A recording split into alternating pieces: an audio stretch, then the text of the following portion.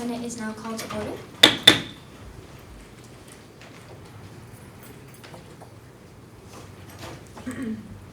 Our first item of business today is the land acknowledgement. ASG acknowledges with respect that the land we are on today is the traditional and ancestral homelands of the Kumeyaay Nation. We recognize the indigenous peoples as original stewards of this land and all the relatives within it. As these words of acknowledgement are spoken and heard, the ties nations have to their traditional homelands are renewed and reaffirmed. We now move on to roll call.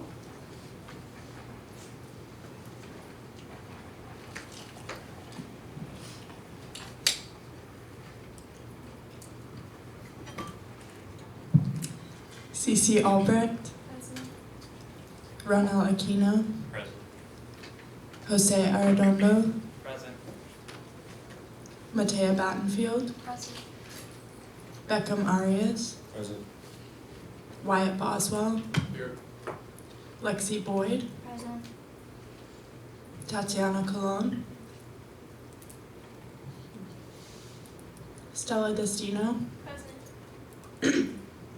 Eliana Freitas. Present. Dorothy Gordon. Present. Alicia Gupta. Present. Joe Kramer. Present. Cassidy Lalangan. Present. Madeline Leafling. Present. Hope Lowry. Present. Sophina Morgan. Emma Mazalova. Present. Javier Munoz. Present. Julia Nickerbauer. Present. Ella Nasty. Present. Sabina Piran. Present. Michael Provin. Present. Michael Sandoval. Present. Natalie Trujillo. Present. Sophia Vo. Present. Abigail Wachter. Present. Wonderful. Thank you, Clerk. We now move forward to the approval of the agenda. Speaker Pro Tem Board. I move to amend the agenda and add the confirmation vote for the PR chair for 5 minutes as the first item of new business and the swearing in for 5 minutes as the second item of new business. There is a motion on the floor that has been seconded to add the confirmation vote for the PR chair for 5 minutes as the first item of new business and swearing in for 5 minutes as the second item of new business. Is there any discussion? If there is no further discussion, we will now move forward with a vote. All those in favor, please raise your placards. All those opposed, and any abstentions. Motion to amend the agenda passes.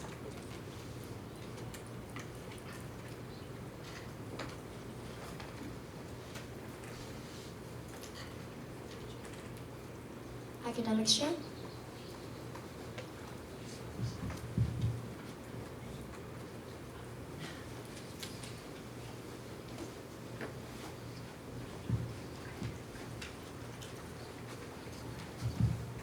I move to approve the agenda for October 30th, 2025. Second. There is a motion on the floor that has been seconded to approve the agenda for October 30th, 2025. Is there any discussion? If there is no further discussion, we will now move forward with a vote. All those in favor, please raise your placards. All those opposed, and any abstentions. Agenda passes.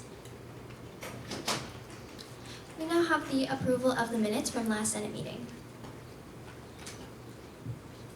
Senator Sophia? I move to approve the minutes from the meeting on October 23rd, 2025. There's a motion on the floor that has been seconded to approve the minutes from last Senate meeting, 10/23/2025. Is there any discussion? If there's no further discussion, we will now move forward with a vote. All those in favor, please raise your placards. All those opposed, and any abstentions. Minutes pass. All right, we now move forward with new business. As the agenda was amended, our first item of new business is the confirmation vote of the new PR chair.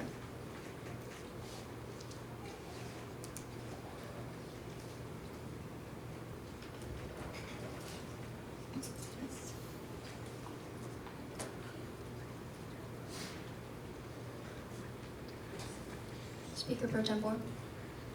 I move to confirm the new PR chair. I move to confirm the new PR chair for the academic year of 2025-2026. There's a motion on the floor that has been seconded to confirm the new PR chair for the academic year 2025 to 2026. Is there any discussion? If there's no further discussion, we will now move forward with a vote. All those in favor, please raise your placards. All those opposed, and any abstentions. Motion passes. At this time, the next item of new business is the swearing in, so I invite our Chief Justice to move forward with that.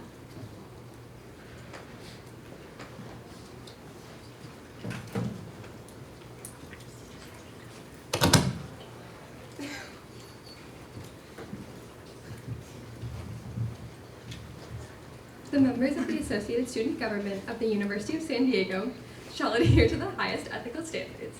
They shall exercise judgments which are fair, consistent, and equitable. They shall do everything they can to strive for excellence in their goals, adhere to the Constitution and bylaws of the Associated Student Government, and work to achieve the mission of the University of San Diego. After the following questions, please respond with "I will."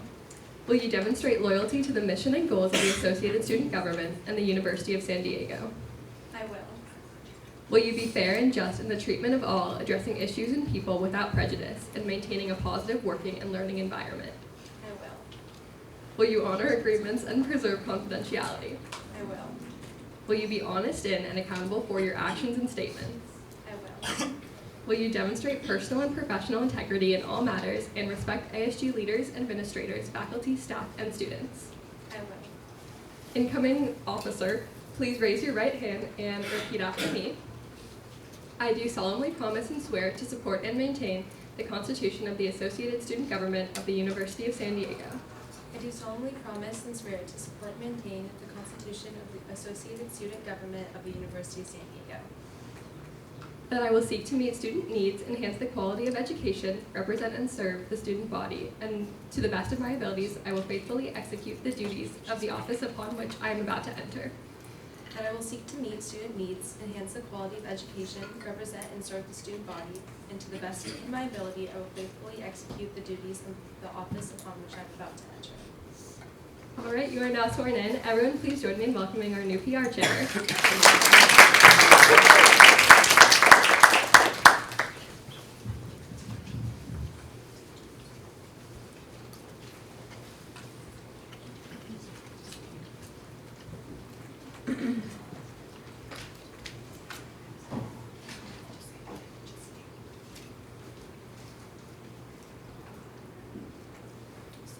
Speaker Pro Tempore. I move to table the next agenda item. Second. There is a motion on the floor that has been seconded to table the next agenda item. Is there any discussion? If there is no further discussion, we will now move forward with a vote. All those in favor, please raise your placards. All those opposed, and any abstentions. Motion passes. Point of information, when are we tabling it for? Speaker Pro Tempore.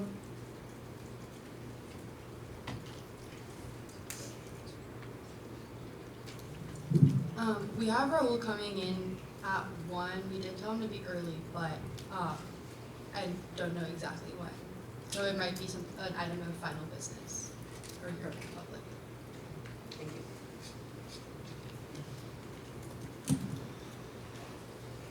All right, with that, we move forward to the approval of new student organizations. So at this time, I invite the Student Board Committee to come on up and present this to us.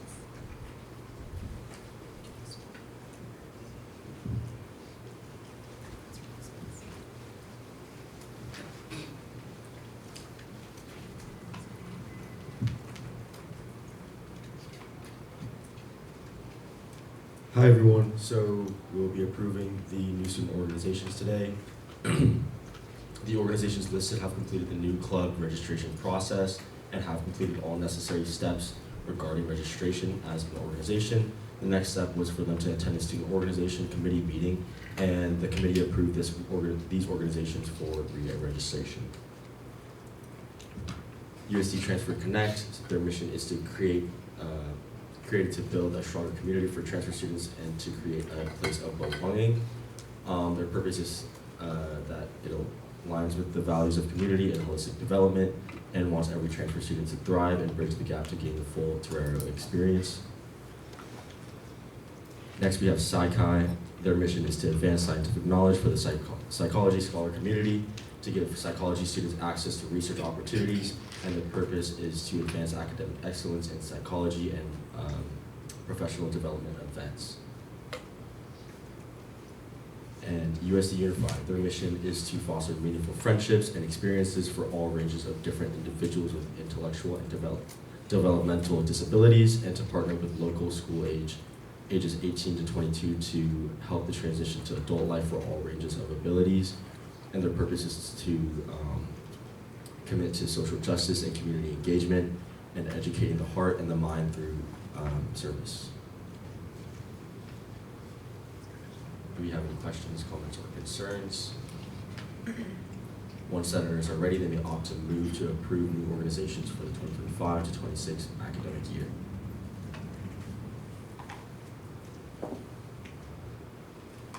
Move to approve. Point of order, speaker not recognized. Senator Wyatt. Move to approve the new organizations for the 25-26 academic year. Second.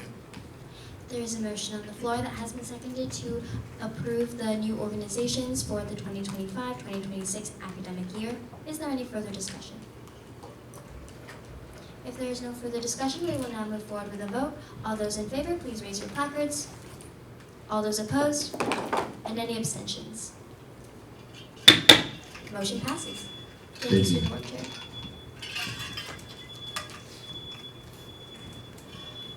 Our next item of new business is a future speaker brainstorm, which will be facilitated by Speaker Pro Tempore Natalie. Hi everyone. So the idea for this was to have Raul speak, and then we can kind of brainstorm on any other speakers we'd want for the school year. So Raul, he's from ITS. He'll hopefully come in later and talk to us about things that have to do with like cybersecurity, duo push, and things like that. I do have parking services coming in I think about 2 weeks. But if you guys have any other recommendations, I really want to like have this time to talk about it and write them down so I can get them to speak at Senate. In the past, we've had like athletics, we've had people from SWIP, people from academics. So feel free to raise your placard and then suggest any people. Senator Wyatt. The entire rugby team, the entire rugby team every week, every Tuesday, Thursday when we practice, we practice at Manchester. We park there. This was the first week on Tuesday where we all got a parking ticket. I was wondering kind of what we can do about that, because I mean we've never had an issue with it in the past, and it's happened every year. I understand nobody pays the meter, but yeah. Yeah, I mean that'd be a question for parking services, but they'll be coming in 2 weeks, so you can definitely bring that question up.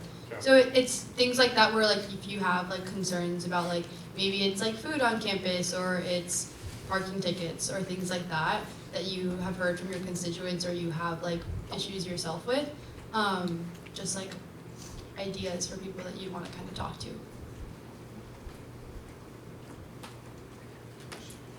Academics Chair.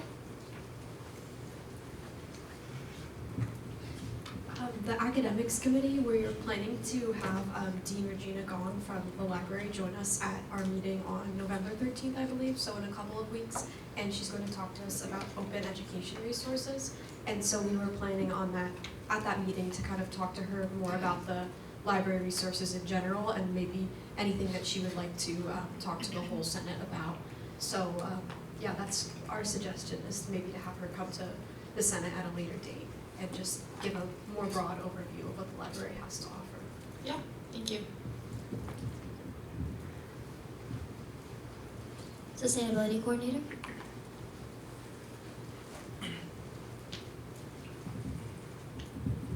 I know that at some point John Alejandro and the facilities team would like to approach Senate and be able to talk about the different sustainability opportunities that we have here on campus, as well as just where to find the facilities management office, because it is tucked away in a little corner of the school. And so they would just like to come in at some point, maybe in the next 2 weeks or 3 weeks, depending. I would have to coordinate with him further, but I know that at some point they will come in and, or they would want to come in and speak on that note. And so it's just a recommendation that I had. Thank you.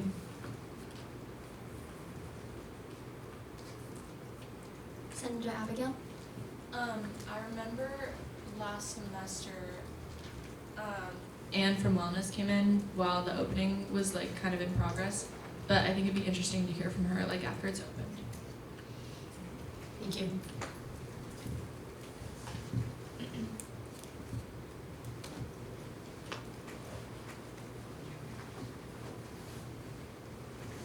President Lilly? Yeah, going off of that, I like that idea, and also they're doing a QPR training, which is like question, persuasion, response, or Narcan training from the Wellness Center. Either like they could come here, or we could try to like schedule Senate going to them for those kinds of things. But another interesting one, we had it like maybe 2 years ago, was Katie Roig and Marie Davis from Finances, and they showed us some pie charts of where the university finances go. That was pretty interesting. Thank you.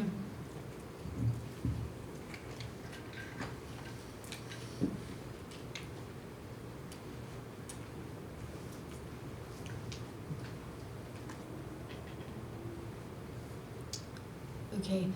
If anything else comes up, like if you think about something that you'd want at Senate, feel free to email me. My email will be on my slides, and if it's not on this slide, it's on the slides from last week. But yeah, feel free to reach out, and we'll get speakers at Senate that you guys are interested in hearing from. Thank you.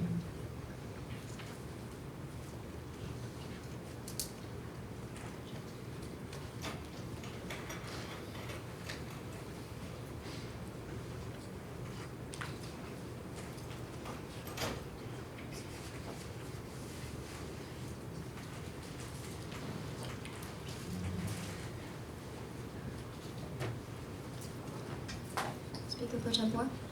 I move to take from the table the ITS presentation to now. Second. There's a motion on the floor that has been seconded to take from the table the ITS presentation to be presented right now. Is there any discussion? If there is no further discussion, it will now come down to a vote. All those in favor, please raise your placards. All those opposed? And any abstentions? Motion passes. We now welcome ITS to the floor to give their presentation. If you have technology out, I ask that you please close it for now so we can have our full attention on them. Thank you. Hi everyone, can you hear me? Can you see me? My name is Elazar Harel. I am the Chief Information Officer for the campus. And this is Raul, who I think many of you have met before. And I was informed yesterday that you wanted us to talk to you about cybersecurity, Duo, those kind of things. So I'm happy to talk. I do not have a presentation. I'm just going to talk a little bit, and Raul can correct me when I'm wrong, and then ask any questions you want. And if you want to talk about other things related to IT, happy to discuss that as well. So, regarding Duo and the phishing, there are two issues that I think you mentioned. They're both very closely related. About a couple of months ago, we had a few incidents where a phishing situation caused a real problem. So there were some students who lost money because they clicked on phishing and they provided their information, and somehow they even paid money for it.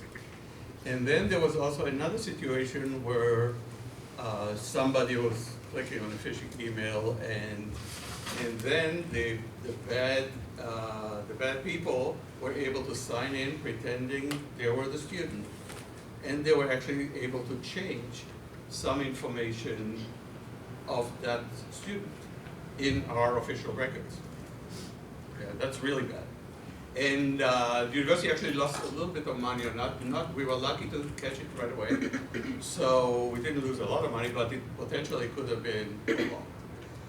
So as a result of those incidents, and we had incidents like that for a long time, but usually one at a time, and usually they were not resulting in financial loss to anyone and so on. But these were really bad. So we got our security team together, we talked about it, we talked to our cybersecurity insurance company. We have a cybersecurity insurance for the campus. And we asked them to join us and help us in the process. And we were able to find a few things that made it easier to for the hackers to get in. One of them was the Duo thing, that we had it open for 7 days, and they said that's really a bad thing because basically you're giving the bad guys 7 days to do whatever they want to do until 7 days closed. So they recommended we cut it down. I think the recommendation originally was 12 hours. We changed it to 24 hours. So right now, if you go to any of the USD services that require sign-in, you will be prompted to sign in again with Duo every 24 hours. Now, there's a caveat here. When you sign in, it is only for the same computer that you're using and for the same browser that you're using. So if you're using a different browser a few minutes later, you'll have to sign in again. If you're using a different device a few minutes later, you'll have to sign in again. But basically, that's Duo. The other thing that we found is that the phishing problem is really the biggest problem, because we send messages all the time to the whole campus community, not just the students, but faculty and staff. And this month, October, happens to be the National Cybersecurity Month. So I think you receive email messages every Monday this month. And unfortunately, we know that a lot of people do not read those emails. Okay? So when we send something about beware of a certain security problem, or how to manage your passwords, or how to not fall for phishing, I think 50 or 60% of the population they don't read emails. So I'd love to hear from you at some point what's a better way to communicate to you, because the people who read the emails I'm not worried about. I'm worried about the people that do not, and there's quite a few of them. So not just students, faculty and staff have the same issue. So I understand, email is not the preferred way of communication usually, but we don't want to also spam you via text messages and other things. So I'm not sure what is the right thing to do, other than asking you that when you receive a message, receive an email from USD IT or generally from the campus administration, please at least give it a look. Because it may be relevant, it may not be relevant, but it's just a minute or two to figure it out. So right now we have Duo set up for 24 hours. We are continuous. We know that the person or people who did this bad attack were extremely sophisticated because they were even able to bypass Duo. Okay? And so they got the ID and the password of the student because the student clicked on the phishing messages, but they were also able to hijack the Duo prompt and replace it with their own. So that's one thing. Another situation that we saw was that it's called Duo fatigue, which means that you do Duo every 24 hours, or before you did it every 7 days, or whatever. You may get a Duo request, the normal Duo thing, approve or deny, and that you didn't expect. Okay? And the hackers do that a lot because they assume that if they do it enough time, you'll be tired and you'll just click OK. Okay? And you assume maybe it's your parents if you give them access to something or something like that. And we know of specific situations where that happened. So please do not approve any Duo prompt that you get unless you're expecting it. If you're not expecting it, deny it. Because that's another hole that the hackers can plug in. So we made those changes. We are actually pretty happy with the results so far. There were practically no hack. One other thing that we did. The forensic team from the cyber insurance company recommended that we disable YAM. I don't know how many of you are using YAM or have been using YAM. Anyone? Okay, yeah, I didn't expect students to use it a lot, but YAM is basically an extension to Chrome or to Google or to Gmail that lets you send mass emails. So you can send, you can upload a spreadsheet and send it to 1,000 people or to all students and so on. And we know for a fact that at least some of those hacking processes were using YAM. Because at that point, before the incident, YAM was open to the campus. Because there are many people on campus that are using YAM.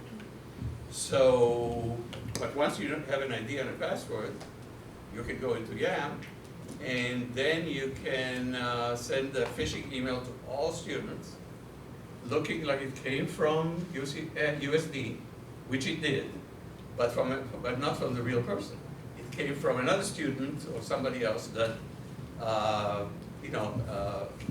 clicked on a phishing email a while ago. And a while ago could be a long time ago. It's because unless you change the password, it's going to be the same. So so we disabled YAM, and we allowed just a very small number of people to have access to it. And between that and the Duo and a couple of other things that we did, we have really not received phishing messages for the last several weeks. You may have received some phishing emails, but those are ours. We work with a company called KnowBefore, and they send occasionally, once in a while, and in October probably more than usual, they send messages that you should assume that they're spam. And if you click on them, you get a message, oops, you shouldn't have clicked on this. And here's why you should have known that that's a phishing message.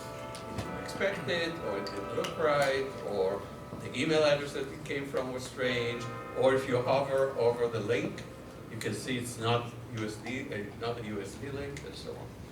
So we have all those things. So you may have received, you probably did receive some of those over the years, because we've been using them for at least 5 years for these things. So that's the situation with the Duo and the phishing. Now, one thing that we are working on, and Raul is the champion of that, is we are planning to move to what's called a passwordless authentication. So, and that's a relatively new technology. I'm sure you've seen it from different companies that you buy from, or your banks or other things. Many of them have done it, not all of them. But the idea is that instead of putting your ID and password and then getting a Duo message, you will go to a similar screen, but you will only have your email address. The prefix before your San Diego edu. That process will start a Duo session. Duo will check the message tells Duo which phone number you're using for Duo. okay? And then Duo will do one of several things.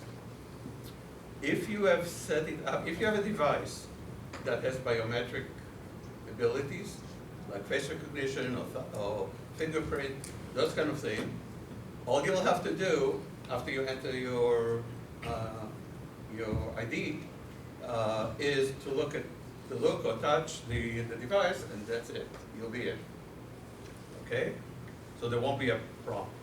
Now, if you didn't set it up for that, and there'll be a structure on how to do that, but if you didn't set it up, what it will do, it will send a text to your device, the same device that you would normally get now from Duo, and instead of just saying approve or deny, it will give you a number.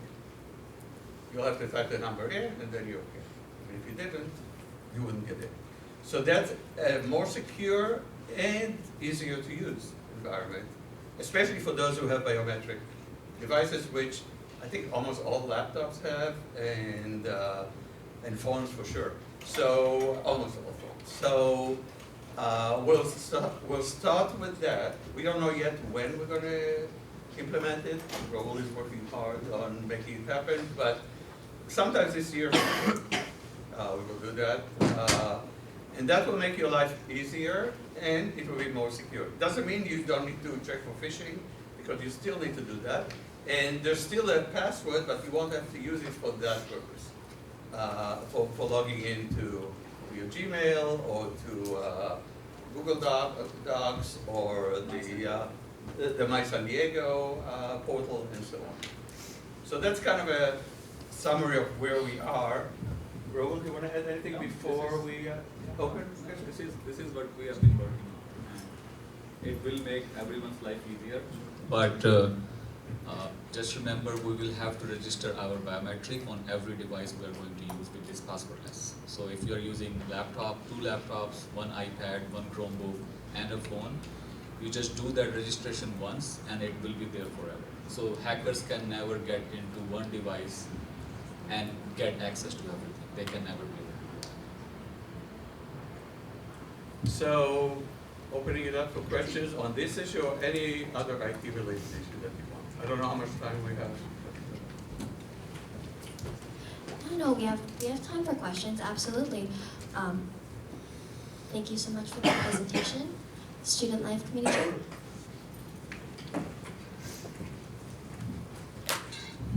Hi, thank you so much for that presentation. It was amazing. I just have one question. I've gotten many scam emails, and a lot of my friends or other people that I know have as well. And a lot of people don't know to check like the email address, because like I check that. That's the first thing I do, and I see that it's not a san diego.edu, or it's like not a name or not like something like that, and I immediately know it's a scam. But a lot of people don't know to do that, and that's like the easiest way to know. Is there a way that you guys could like push that out there more to be like check who it's coming from, because most of the time like it's very obvious to like see that it's a scam or a phishing email as soon as you check that email address. Yeah, you're absolutely right. And we are sending emails all the time about what to check, and that's one of the first things to check. And we also have a website that tells you, if you go to san diego.edu/security, you'll get, or if you go to the ITS website and then click on security, it's all there. It's all there. We even have some multimedia, some videos about it, and a bunch of things. The issue is, and you really know better than I do how to get students to read those things. Because if you don't read it, you won't know. And so that's our biggest problem, and not just for students, but more for students even than faculty and staff, because the percentage of students that are reading our emails is lower than faculty and staff, which is not perfect either. There's one thing we all can do. When you get a phishing email, which is very suspicious, there'll always be a link that you have to click on. I always hover on that link and make sure the address is not suspicious. It is always going to be something you have never seen in your life, so you just don't click on it. So sometimes in this case, they were very crafty because what they did is they included the word my San Diego, but it was not mysandiego.edu. So by the look of it, it looked very fine. So I would always make sure in the beginning of that URL there is my.sandiego.edu. That's one thing I always check, and if it's not there, I'll just report it to phishing.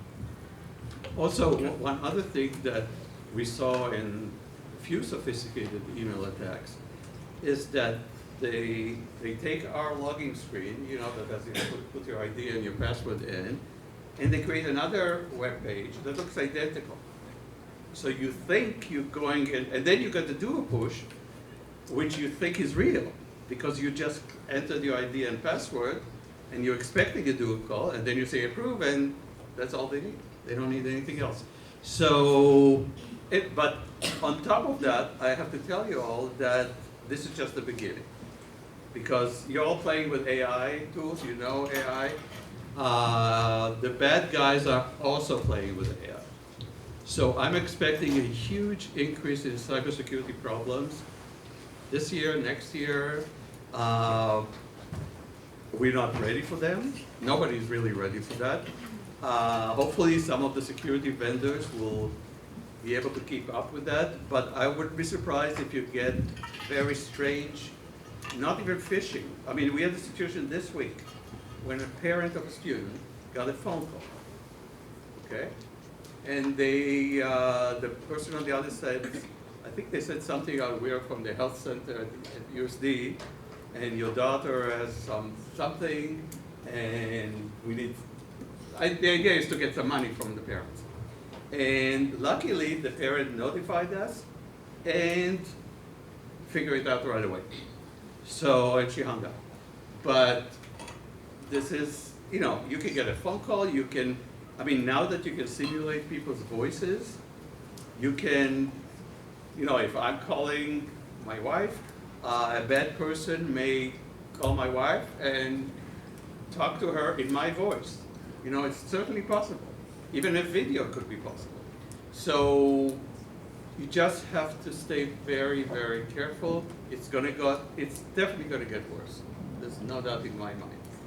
But we'll let everybody know what to do if and when this happens, but you should look for it for yourself too, because it's not only USD, it could be your bank, it could be other things that you're buying, it could be Amazon, it could be lots of things. So just be careful. One thing we can do along with emails, we can start putting these messages in portal and mobile. So when you log in, you will see an alert, and let's say this is a cybersecurity month, we can list out those directions that will take you to the site where you can follow them. We can start doing that. Is that a good idea? Okay. Will people read it? Okay, well, Yeah, we'll do that. yeah. Because I know that we all go to My San Diego almost every day. So getting a message there would perhaps mean more than an email. But we'll have to also look out for emails. Thank you. Sustainability Coordinator? I just wanted to say that there was an amazing explanation of everything that goes on with Duo, and the precautionary measures. Was a great speech. And I'd also like to point out the fact that those emails, those fake phishing emails that you send out with that third-party company are effective. Because in a way, when somebody clicks on it and they realize that they fell for it, and they realize the gravity of the issue, it really starts to click into them why the phishing scheme is important. And I think it is a wonderful way to do it, and I think there should be almost an improvement on that, and like in a more frequent manner, so that way people, if they accidentally click on it, maybe it's very, very convincing, and they understand the dangers of it. And when you redirect to the oops, I accidentally clicked this or whatever, I think it would also be it would be just an idea, but to maybe potentially make it look like it was something that was like a critical error or something, or something on the top, so that way, it could induce more fear to someone, which also prevents future, loss. Yeah, that's you're absolutely right. And one thing that we do, that company that we work with, if somebody clicked on a phishing email, they get the oops thing, but they also will get more phishing messages than the rest of people. So the more you fall for it, the more you phishing you're gonna get. And we haven't seen it yet, but if you exceed a certain number, there's a process to, if you're an employee, to discuss it with your supervisor. If you're a student, I think it goes to student affairs, but I'm not 100% sure. Thank you. The Health and Wellness Coordinator?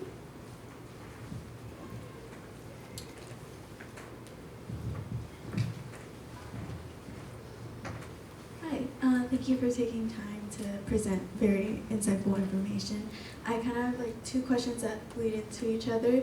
So regarding the passwordless authentication, I know some people get a little frustrated when things change. So I was curious as if the push notification would still be a method that people can choose, and also I remember that you mentioned 2 different methods, so I'm wondering if people can choose either or. Yeah, so with passwordless, it is one-time investment thing, so you won't get the duo push, and that's because biometric will take over.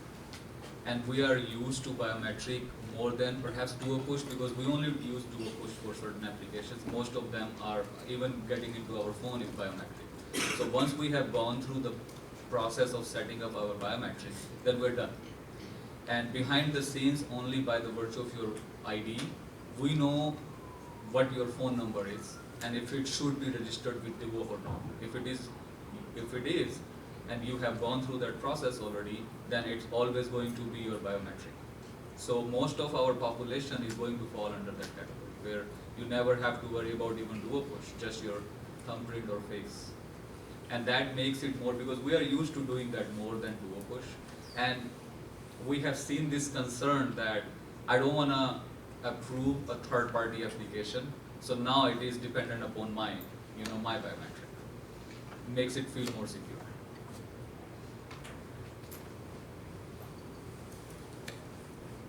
Thank you. Senator Michael?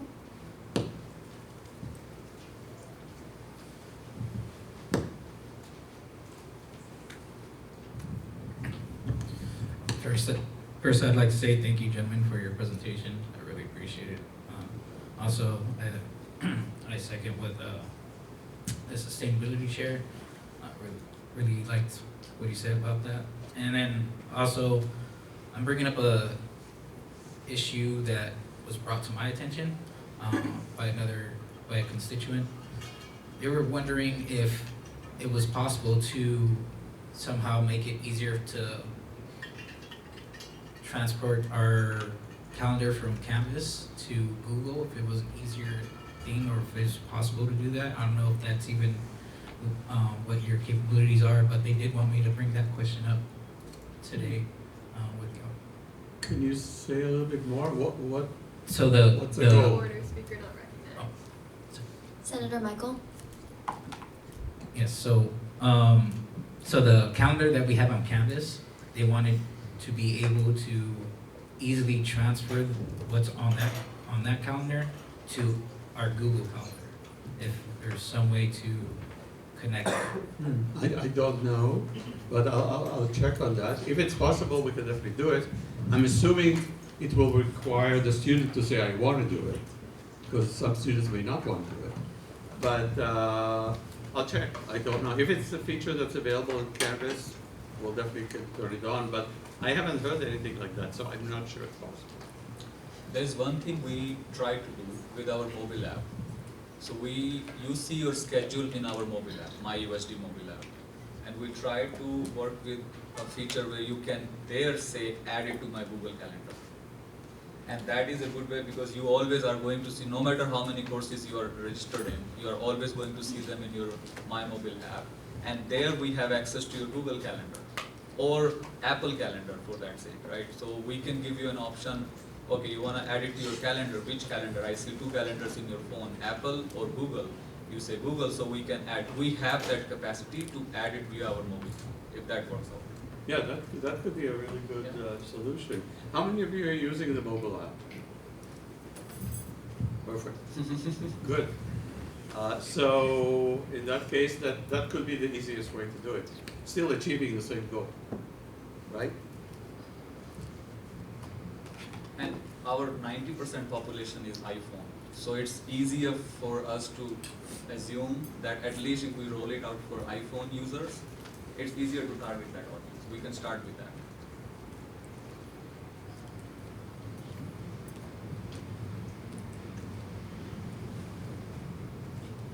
Senator Michael.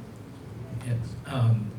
I think the idea was to be able to transfer over their assignments onto their their Google Calendar. I think that was the main purpose of getting that link between Canvas and Google. So when we say assignment, can you elaborate a little more? So let's say I have an assignment due tomorrow, and there is a reminder in my Canvas, or however there is a calendar invite or reminder in my Canvas. We would like to move that to Google, that you have an alert or an event that's happening tomorrow. Is that what the goal is? Yeah, so it's at the end of the day, it's moving calendar events from one calendar to another calendar, and we do know we can do it from. We in fact have released a feature in my mobile where you can create your own events. So we have a to-do list feature in my mobile. You can create your to-do list, and the drop down will ask you if it is a homework event and you would like an alert from my mobile, it will, and if you would like to add it to your calendar. So along with Canvas, we have that option in my mobile, but we can find out how we can move all the events from Canvas to your Google Calendar, either through my mobile or through Canvas directly. We can find out. Thank you. Speaker Pro Tempore.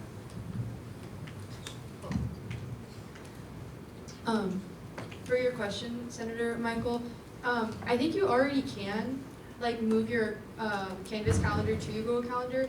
If you go to your Canvas at the bottom, like underneath like all of your classes, it says calendar feed. If you click on it, there's a link, and then you take that link and you can make a new Google Calendar for those Canvas assignments, and they will pop up on Google Calendar.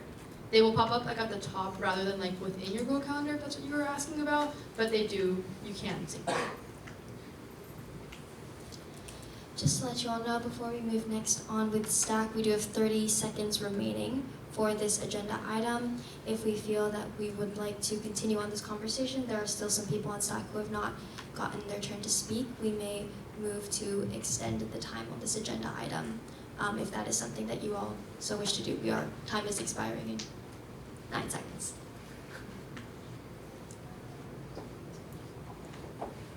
Senator Eliana. I move to extend the time by 10 minutes.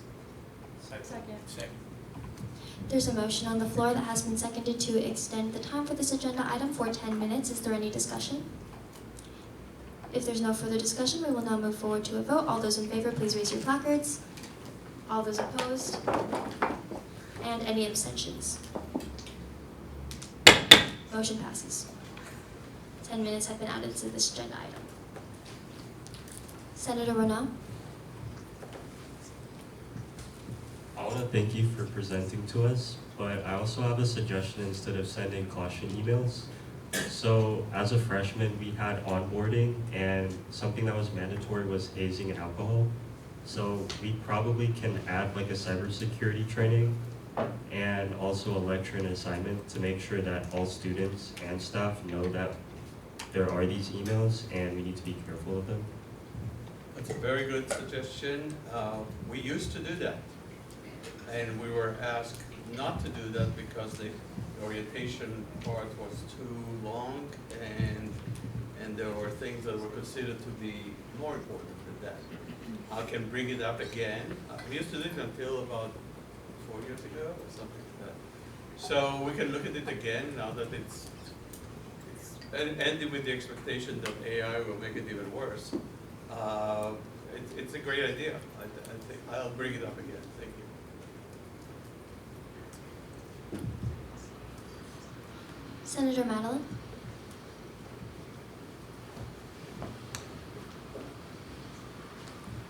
Thanks again for your presentation. I just had one quick suggestion is I know in my LLC classes, my professors always do a quick announcement of like keeping us up to date on events and things.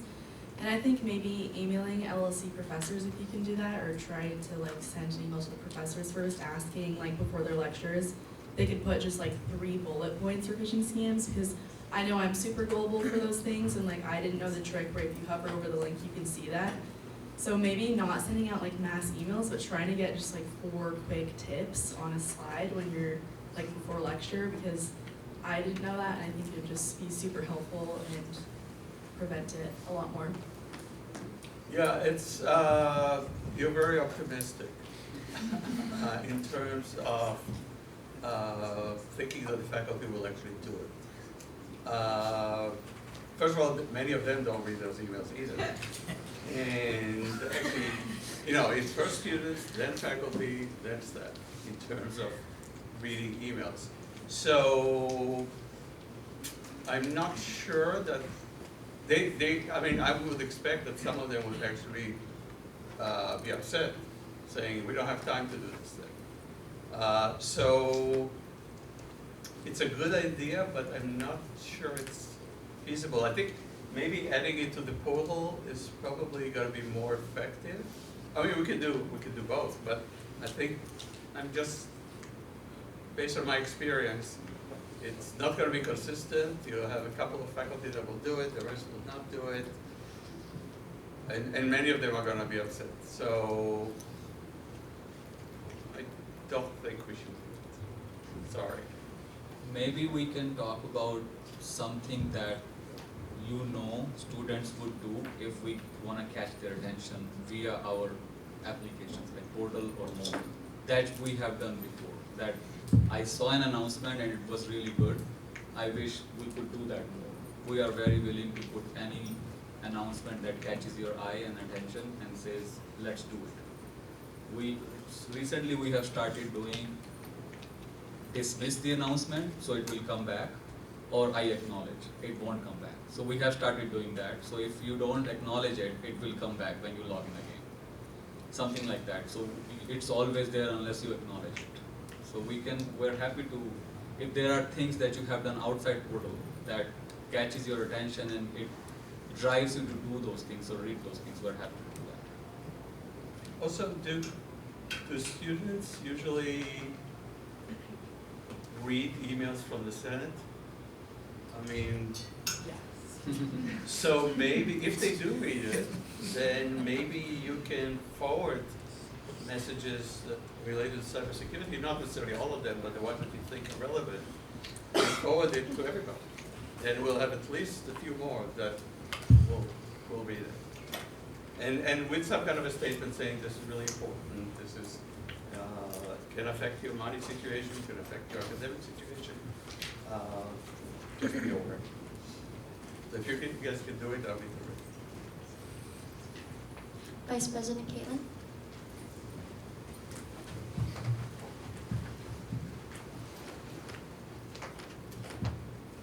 Hi. I know it's really important that we have to log in every day, and then that's been updated.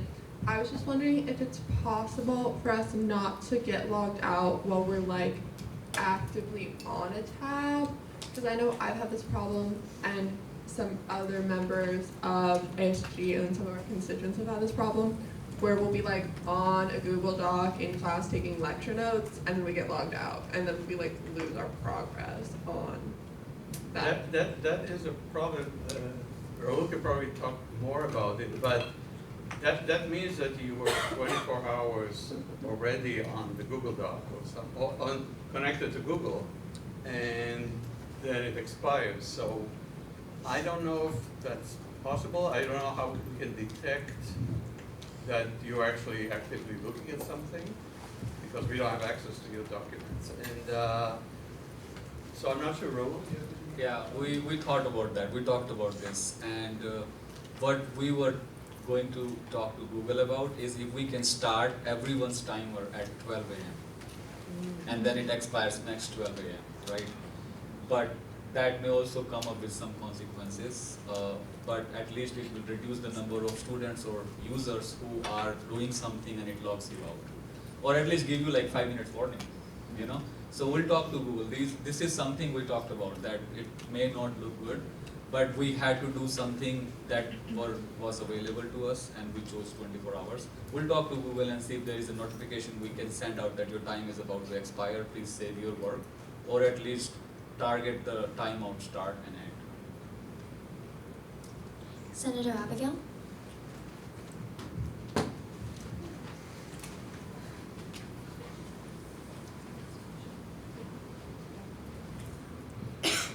Hi there, thanks for coming in today. I just had like a little suggestion. I like everyone's ideas so far, but I normally don't read emails if I don't think they specifically like apply to me, like, or I know I'm like expecting an email. Something I do normally read though is like the texts we get from like athletics about games, or if there's been like a theft on campus, I'll be like, oh, okay, good to know. So yeah, I don't think it has to be like an overload of text, but I think you could do like monthly reminders, or just like a little like quick blurb about like what you should remember in terms of emails. I think that would be a good reminder. Do you think, as representatives of the students, that more students will want that? We can easily do that. It's easy for us to do. Yeah, I just don't want to do it if the students don't want to get text messages. And there is an option to stop it too. So we want to make sure students will like it, because otherwise they'll just say stop and they won't receive that message ever again.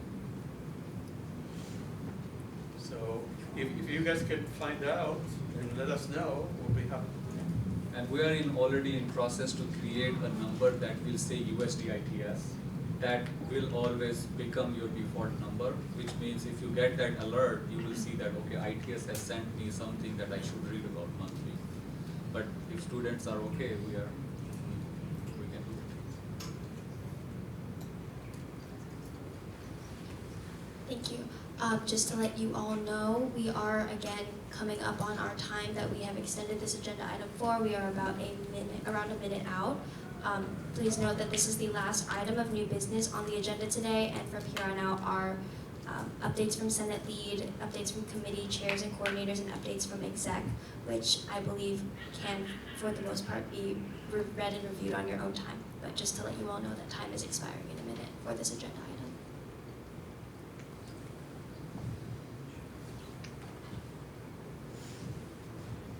Sustainability coordinator. I move to extend time. I move to extend the time by another 10 minutes. Second.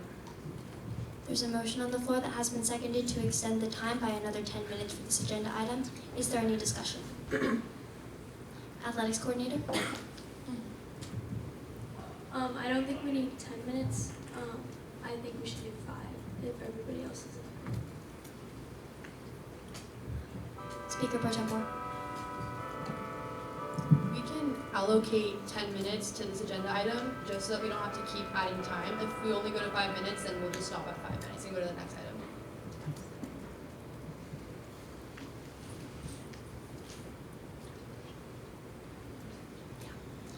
Any further discussion?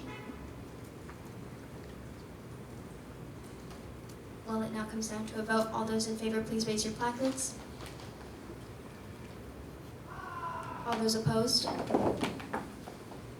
And any abstentions?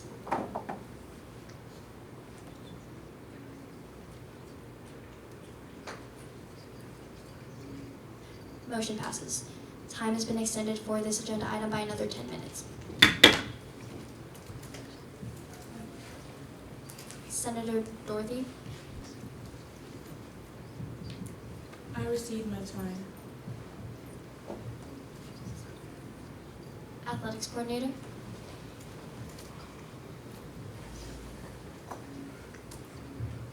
I think for those monthly messages, if you include that they're only going to be monthly, then students will probably be less likely to stop those messages.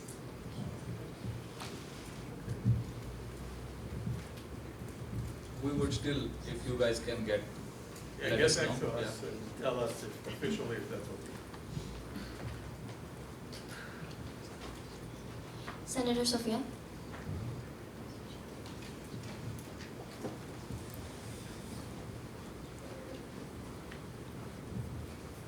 I agree with what she just said. I will definitely talk to my constituents and ask, and I'll let you guys know.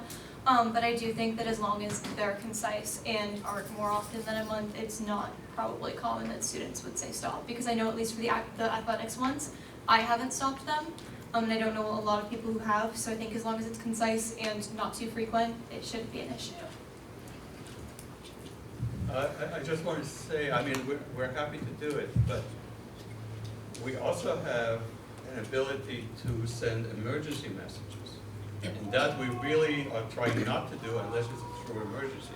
So I just want to make sure that you all think about if you're going to get all of a sudden another message during the month. First of all, it's going to be more than one a month.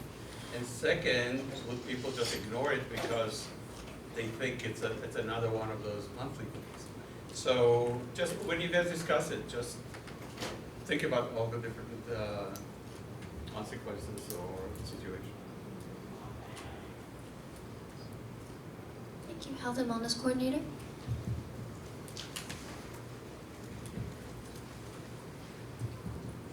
I cede my time. Student Life Chair? Hi, I'm the student life chair, so I do think this a little bit falls under my committee. I would love to do a poll for students to be able to fill out, would they like to see these messages? Would they read their emergency messages? Because I do know that when people get emergency ones from DPS, they do read them. They see, wow, there's a theft, there was something that happened, okay, just know that there might be someone out there that is still trying to steal something or whatever. I know that people see those because it says emergency, bold letters, and people are like, okay, good to know that there's something going on that's important that I need to watch out for myself or others for. So I do think that people would read them if they were an emergency, and I also think that they would do those monthly things, but I would love to do a poll and get back to you guys on what that poll brought out for information. That would be great.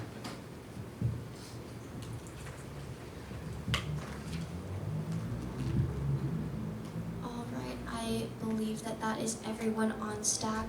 Do we have any further questions at this time? All right, thank you all so much for coming in and speaking with us. We appreciate all your feedback. Thank you very much, and I hope you have a wonderful Halloween, and I saw some of you already ready, and a safe and wonderful Halloween.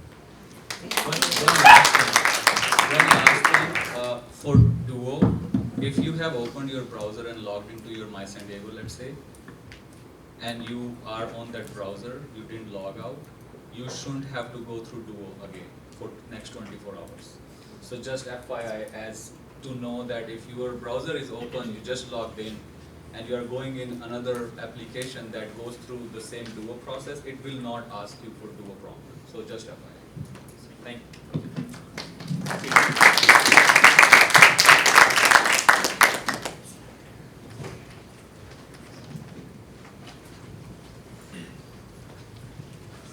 Thank you again. Thank you all for participating in a wonderful discussion and for providing your suggestions. Your feedback is greatly appreciated. We'll now move forward to the report from the Speaker of the Senate. Hello everyone. I love seeing the costumes. You all look great. I'm going to try to keep this relatively short, so let me speed through. Really quickly, it's not on my slide, but if we need to use the restroom during Senate, I just wanted to bring it up to everyone's attention. You should raise your placard and say point of personal privilege, to which I will then respond, well taken, and then you may go use the restroom, just for voting members specifically. So just wanted to let everyone know.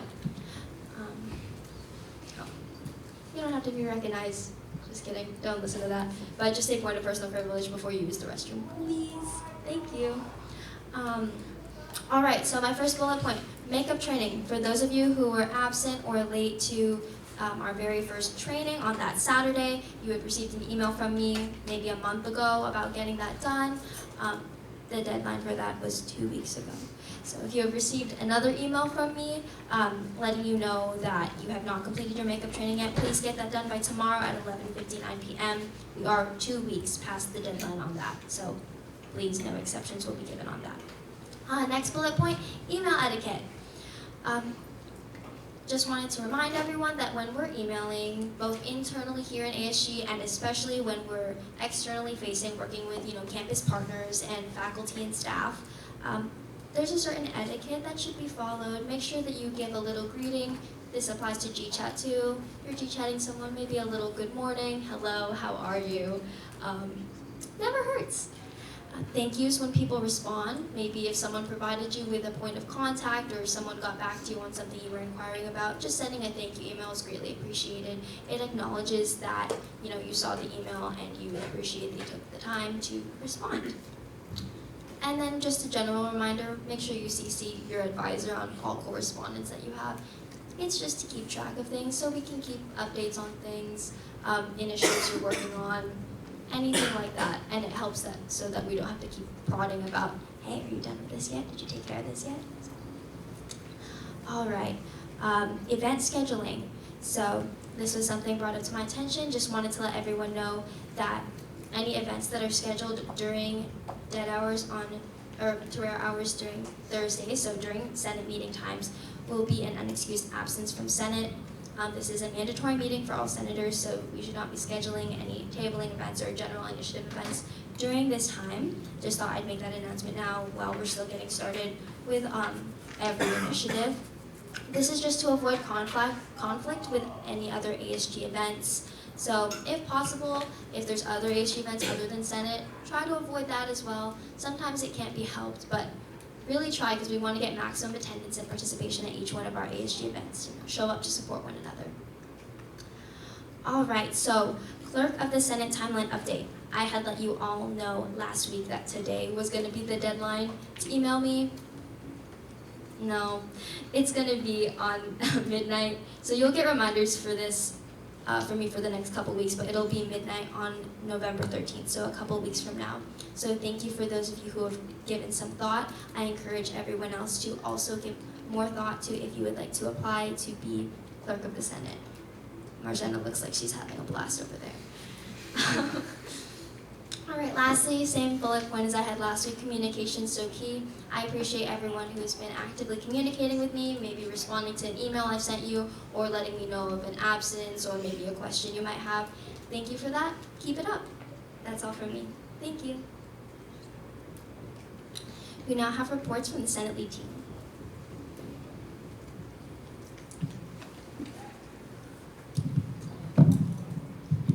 Happy Thursday, everyone. I hope you guys enjoyed our first speaker at Senate, and thank you guys for the brainstorm. I got some questions last week about the Senate initiatives form, so I linked it. It should work. So please, if you have an initiative, fill out that Google Sheet. You don't need to be asking for funding to fill out this Google Sheet. So if you have an initiative in general, like you need to be filling out this sheet so that we can kind of keep track of what your initiative is for the semester and like monthly updates on that. But that's it for me, thank you. Hello. In terms of the Senate Initiative Fund, we currently have a remaining balance of $9,616 for the semester. So keep submitting funding requests. I linked the form where you can submit those requests. And then just regarding my position, feel free to email me or talk to me if you have any questions or concerns. I really like it so far, so I'm happy to talk to you guys about it. And yeah, if you need anything else, just email me. Holiday's having tea with President Harris, so she sends her love and that she'll see you all next week. We now move on to reports from committee chairs and coordinators. Hi everybody, just a little update. We've been circulating the academic grants flyer, so a lot more students are aware of that, and I've gotten an email and some questions about that, so hopefully that means we'll get a lot of applications for that. And then also we had our little midterm check-in that we put out, and we got over 50 responses, which is nice. And the general consensus that we saw is people are very grateful for all the academic resources. They're just not necessarily aware of them, especially within the business school. A lot of business students didn't know about those resources. So that's something that we'll potentially work on, just making sure those are more visible to people. And then we've been looking into past priority registration resolutions, and we're hoping to collaborate with Senator Tatiana and the IDEA committee on priority registration for ROTC, cheer, and dance. And then this week we also were kind of looking at the study rooms around campus. So all of our committee members have been doing that just to see if there's things that can be improved within those for making them better spaces for students. So yeah, that's it. If you guys have any questions, suggestions, just email me. My information's up there.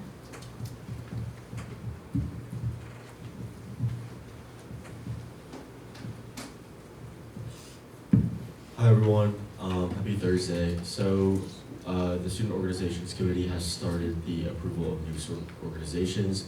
We have finalized our regular meeting location and our formatting. So we will be meeting in the ASG Fishbowl, SLB 319, for anyone that doesn't know. And I believe, please correct me if I'm wrong, that senators can join any committee meetings to maybe provide insight and stuff like that. So if you have any ideas or would like to show up to meetings, please feel free. They're from 8 to 9 on Wednesdays, a.m. So student organizations representatives join via Zoom, and those are the questions that we ask them during their presentations. And invitations are being sent to new student organizations. And yeah, so we'll be meeting with around 15 student organizations next week. If you're interested, the list is on the right there. And we'll be reviewing those and presenting them to Senate next week. Have a safe Halloween, everybody. Thank you.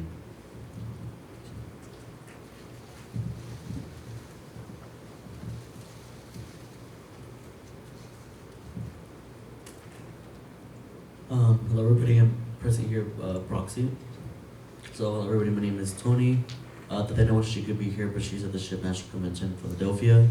The updates for the IDEA Committee initiatives are that a script of questions was made to ask those being interviewed for the diverse social media series we are creating, and we have gathered which orgs are featuring.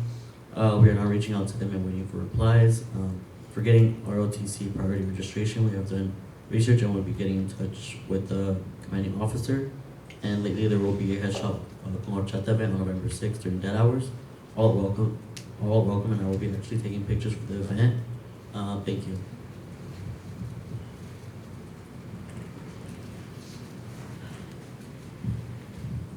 Hi everybody, happy Halloween Eve. I know there's not much on my slide, but we are having, as a committee, a tabling event next Tuesday from 12 to 2.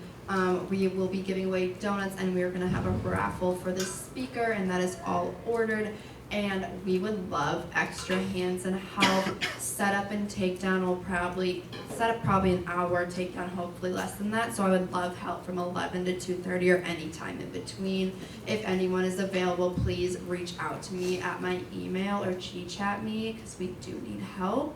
And that counts as office hours, so you can get some of your office hours done for that week. Mental Health Mondays are on the way. They're getting up and running. I know multiple of my senators are working on that. And then the grocery codes are still up and running. Remind your constituents about that, because there is still a lot of money left for that. So remind people about it, and that would be great. Thank you. Hi everybody, so a lot happened this past week. I met with Amanda, got some things taken care of as far as scheduling with athletics with her and just figuring out sort of what the plan is. Yesterday I met with Kara and Kimya, which both work with athletics and bullpit. Thanks to Eliana for joining. Over there we got a lot of good things talked about, especially towards student section and a lot of big things coming, like as far as decoration for bullpit and stuff. And then I don't know if you guys all saw, but I tried to send an email to everybody for volleyball tonight. We have Toreros on Wheels starting at 6, and the game starts at 7. Sorry about the slide, it's a little messy, did not go the right way, but that orange poster behind is the flyer for Toreros on Wheels. But then also staying on this slide is our new app by Athletics. It's called USD Torero, and you can just go download it on the App Store. And the way I like to explain it is it's basically like the ESPN app for USD. It's really awesome. It gives you game updates, like post-game scores, and stats and everything, so you can keep up to date with all the latest on athletics. And then going back to the other slide, what I have coming up next week, it's actually going to be on the 11th and not the 4th, but I'll be going to the SAC meeting, and Eliana will hopefully be joining me. For those of you that don't know what SAC is, it's Student Athlete Advisory Committee, and an easy way to explain it is it's ASG for sports, or athletics, here at USD. Big thing coming up, make sure you clear your calendar for December 9th, USC tailgate before our men's basketball game. We're going to have barbecue, lots of games, and stuff right outside the pavilion. It's going to be a ton of fun. Make sure you have time for it, and I'd love to see you guys there. And as always, my email's at the bottom if you have anything to suggest or if you have any questions. Hi everyone. So this week I've met with my advisor and 2 SHWIP interns just to talk more about the Movember tabling event that will happen on November 12th from 12:30 to 2:30 p.m. If anyone would like to help, please let me know. This event is mostly to bring awareness for men's mental health and wellness, especially since it's the month to spread that. Additionally, there will be like an educational wheel where students can enter a giveaway. They could get either goodie bags or enter a raffle for free group fitness classes through the Wellness Center. So that would be great. And additionally, I will be updated for the used STI testing funds weekly. Yes, it's right there. Sorry, can you go back? Thank you. So I will be updated on the funds on a weekly basis and report back. So if anyone would like to help with the Movember tabling event, please let me know, and my email is down there too, so thank you. Hello everybody, my name is Javier Munoz. So I recently met with John Alejandro, who is my advisor, and we discussed a competition idea between Camino and Founders to reduce power and water usage and have a sort of competition going on between them. It's going to be a sort of tournament. We're going to pilot it with Camino and Founders. And so I'm meeting after Senate today in order to talk to him about that, and we're going to meet with some of the facilities advisors and whatnot to hash out how that will look. It's something that is just completely like a playful sort of tournament. It's not going to be mandatory that people from Camino and Founders try and reduce waste, but whoever does will win like a sort of cup thing. And this is something that I discussed with him, and he is the facilities coordinator too for, not the facilities coordinator, but rather he's an important facilities figurehead, so that'll be very interesting. And I also will be tabling here shortly in the next coming weeks. I messaged Alicia about the event registration, and I plan on tabling about food sustainability and making sure that we don't scrape our plates before we go to the SLP, because we do compost and we do use the excess food. So please do not throw away your food. Just leave it on there, and then we'll compost it. Thank you so much. Thank you all. We will now go to reports from the Executive Board. I'll take it. Hello, everyone. Happy Halloween weekend. I'll go through my updates pretty quickly. Welcome our new Public Relations Chair, Isabel. Thank you for joining us. Next, I met with President Harris last week. Just a reminder, we have Senate on November 18th. That is a Tuesday instead of a Thursday that week. Be prepared. That will be business professional, and we will work on coordinating like questions for you guys to be prepared to ask him. President Harris will be coming to our executive board meeting on November 11th, so we can prep then as well. The chief of staff and I went to parking mobility committee, and I attached the slides there. So if you're, it's actually really interesting. They came up with some new proposals, and we pointed out some possible equity issues that could happen among students. So if you want to take a look at any of those proposals and add your 2 cents, I would greatly appreciate that. We are looking to fill our finance chair position, and the application is due November 7th. So I have the flyer up there. So just we're sharing it out to different schools and professors, as well as just general marketing. And hopefully I will be meeting with the Center Discretionary Fund after this if we have time. Okay, that is all. Thank you, and email me if you have any questions. Happy Halloween Eve, guys. Aren't you excited?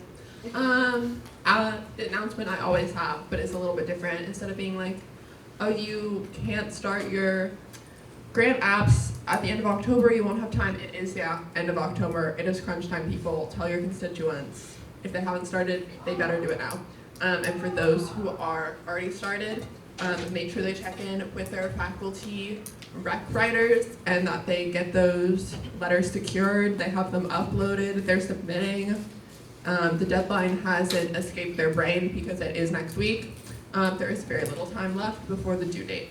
And then last week I attended faculty/university senate. They discussed the faculty bill of rights and responsibilities a little bit more, as they happen all semester. They also discussed bringing up the intellectual property policy that they're proposing to the university again before the end of the semester. And then again, related to my announcement up top, after we get academic grants, we will have the academic grants review committee, which is made up of the academics committee. You guys should have had these holds on your calendar for quite some time, but if you haven't seen them, I just wanted to bring your attention to them now. Make sure you've responded to them. These are mandatory for you to go to. It's on November 13th and 20th, right after your normal academics committee, so make sure you come to the review expeditiously because we have 3 faculty members that are going to be there, and we want to make sure we respect their time. Yeah. Hi everyone. The next parking reappeals court meeting is scheduled for next Monday. That might change, but as of right now, it's scheduled for next Monday night. Next Friday, I'm attending a hazing prevention and education coalition meeting, and our judicial branch updates are that we are going to continue work on the judicial branch bylaw edits that were started last semester. And one more announcement is that I've had a few judicial branch members say that ASG members have been asking them about the parking reappeal process. This is just an FYI that the parking reappeals and appeals process is the same for ASG members and everyone outside of ASG. So if you have any questions, please go to the website and not a judicial branch member.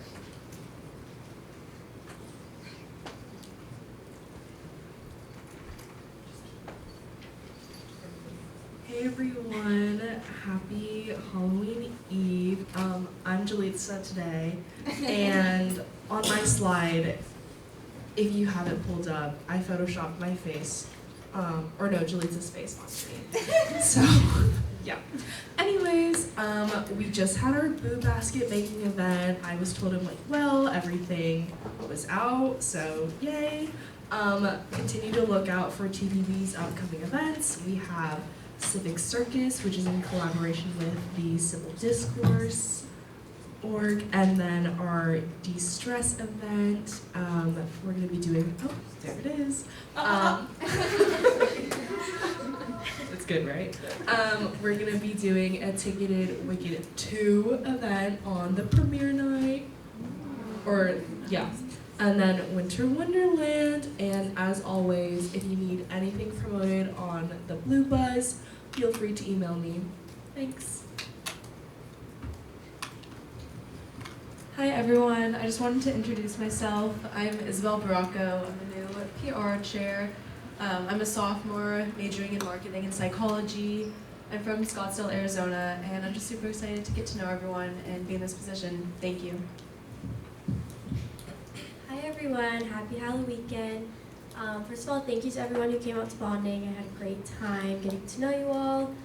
Last week, I attended the academic calendar committee meeting, and then we'll have another one in late November. Then I also attended the parking and mobility meeting with Lily. And then I'm just working on planning a finance committee for Q2 and another bonding before the end of the semester.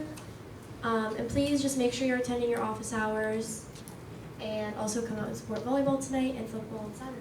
Let me know if you need anything. My email's below.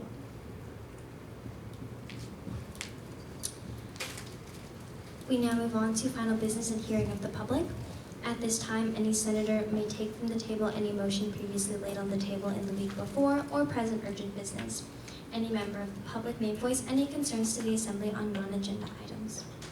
Really quickly, before anyone makes a motion to adjourn, just wanted to make a quick announcement I forgot to mention. One-on-ones have been or should have been scheduled with all senators, and if not yet, they will be very soon. If you receive that Google Calendar invitation, please respond with a yay, nay, if nay, reason why, please. Thank you. And then everyone, hope you have a very happy and safe weekend.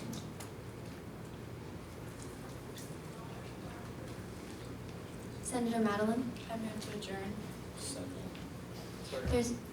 There's a motion on the floor that has been seconded to adjourn today's Senate meeting. Is there any discussion?